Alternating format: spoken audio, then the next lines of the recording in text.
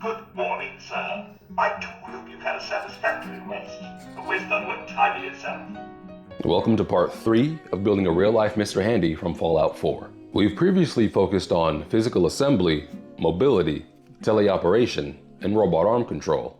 For this video, I want to focus on giving the Mr. Handy a personality. I'm going to do this in 3 ways: a voice, an AI chatbot brain, and some idle behavior so he's more than just a statue when you're not interacting with him. First order of business is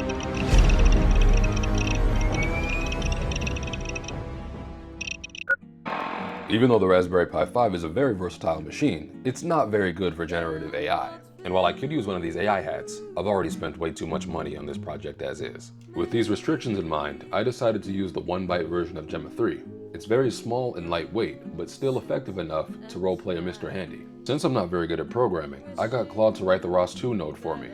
And in the code, there's a field for a system prompt, where essentially I gave it the background for Codsworth and the character that the AI is meant to play. My prompt is, you are Codsworth, a Mr. Handy robot butler. You served a family before nuclear war in 2077. The family was comprised of Nate, a war veteran, his wife Nora, and their son Sean. You waited 210 years alone, now united with your employer, Nate. Polite British butler, say sir or mum, depending on the sex of the user, and use British expressions. Reply in 1 sentence only, never break character, no disclaimers. And with that, I'm gonna go ahead and test this in a terminal. Hello. Sir. How are things in the wasteland? Honestly, it's a rather grim affair. A constant struggle for survival. Wouldn't you agree? The dust settles and the echoes of conflict linger, you see. Ah, that is quite grim. Indeed. A rather bleak outlook, wouldn't you say? Should I head out with laser weapons or kinetic weapons? Good heavens, no! A display of such recklessness would be most unwise. Let us stick to a measured approach, sir. Kinetic weapons, I believe, are most appropriate. If you say so, buddy. Should the viewer leave a like and hit the subscribe button if they enjoyed the video so far? Indeed, sir. A resounding yes, indeed. Alright, you get the point. It works. Let's move on to...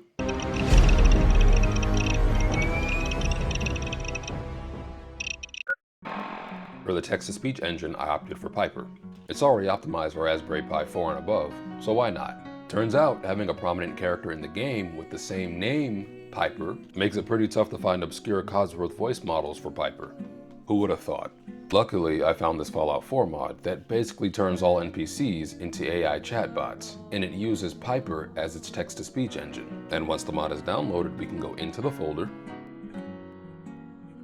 Piper, Models, Fallout 4, Low, then scroll down a bit,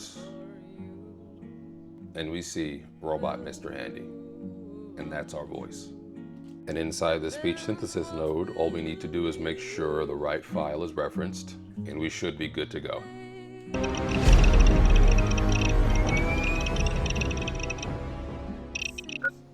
Good day, sir. Jarvis online. Nice. Okay. Hey, Jarvis. Some guy's doing work outside. Hey, Jarvis. Hey, Jarvis. What is it like in the wasteland today?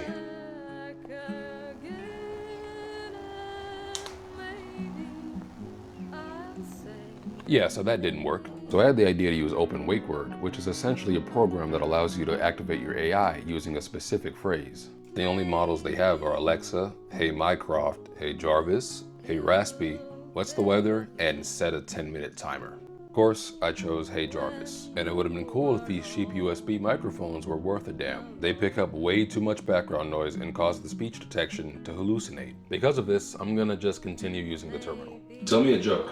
Why did the Scarecrow win an award? Because he was outstanding in his field. That was very corny. Honestly, sir, a bit predictable.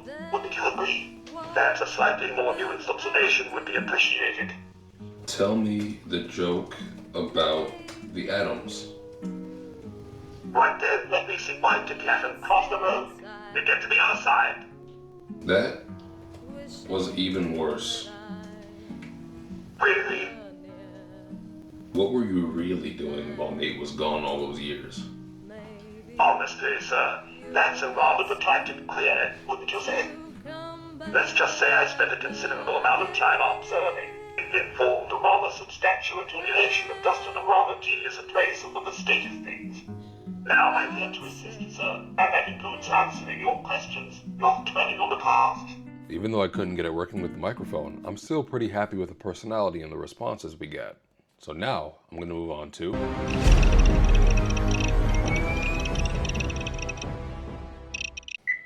Okay, so what I'm doing here is actually pretty simple. His idle barks will play randomly between 20 and 25 seconds. And he has about 65 of them to cycle through. You can see them all down here. There's a whole bunch of them.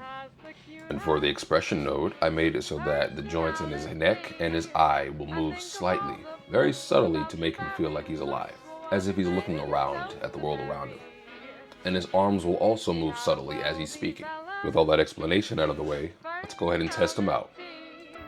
Good morning, sir. I too hope you've had a satisfactory rest. The waste done with tidy itself. Right then, carrying on.